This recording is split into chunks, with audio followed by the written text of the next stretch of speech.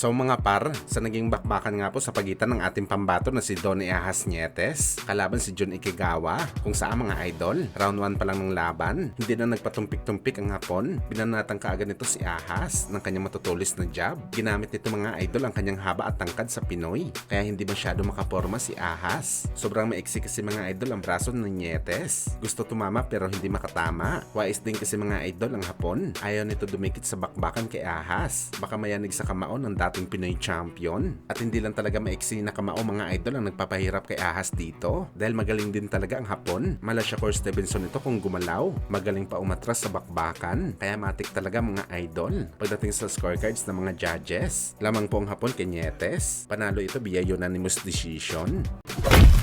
Sa kabilang banda naman mga idol, sa naging unang training nga po ng ating pambansang kamao Manny Pacquiao para sa bakbakan nito kay Mario Barrios na gaganapin sa July 19 sa Las Vegas. Kung saan mga idol, naglabas na po ng reaction ng Vatican coach na si Robert Garcia para sa upcoming fight ni Pacman. Ano yung mga idol? Nung una daw na nagbigay ito ng prediction sa laban ng dalawang fighter, hindi pa daw siya naniniwala mga idol na mangyayari talaga ang bakbakan na to. Pero nang nabalitaan ito mga idol, na opisyal na nag-umpisa ng training camp si Boss Manny sa laban ito kay Barrios sa Amerika, dito na masasabi ni Robert Garcia mga idol na halimaw daw talaga si Pacman para tanggapin ang delikadong laban na to para sa kanya. Alam daw ni Robert mga idol na marami ang magbibigay ng prediction pabor kay Barrios, pero isa daw ito mga idol sa hindi binabaliwala ang senaryo na mananalo si Pacquiao sa laban na to. Wala daw kasi imposible kay Manny Pacquiao mga idol dahil isa itong tunay na icon at isa pa daw malakas daw talaga na fighter ang Pinoy, kaya malaki daw talaga ang tsansa na makapull up ito ng upset kay Barrios at maging kampiyon.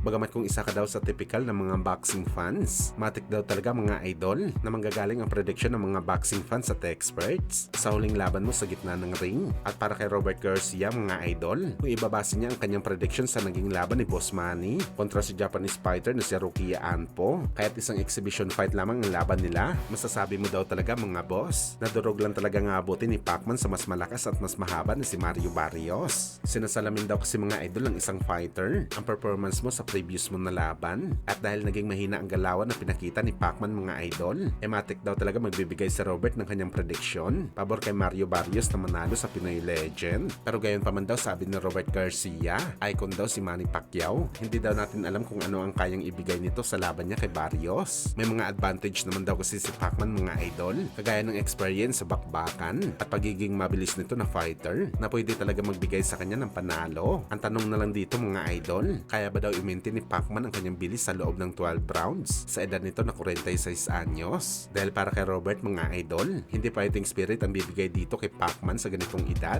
kundi ang katawan niya mismo. You think it's impossible for him to beat Mario Barrios right now? Well, it's not impossible because he has power. He, you know, that he should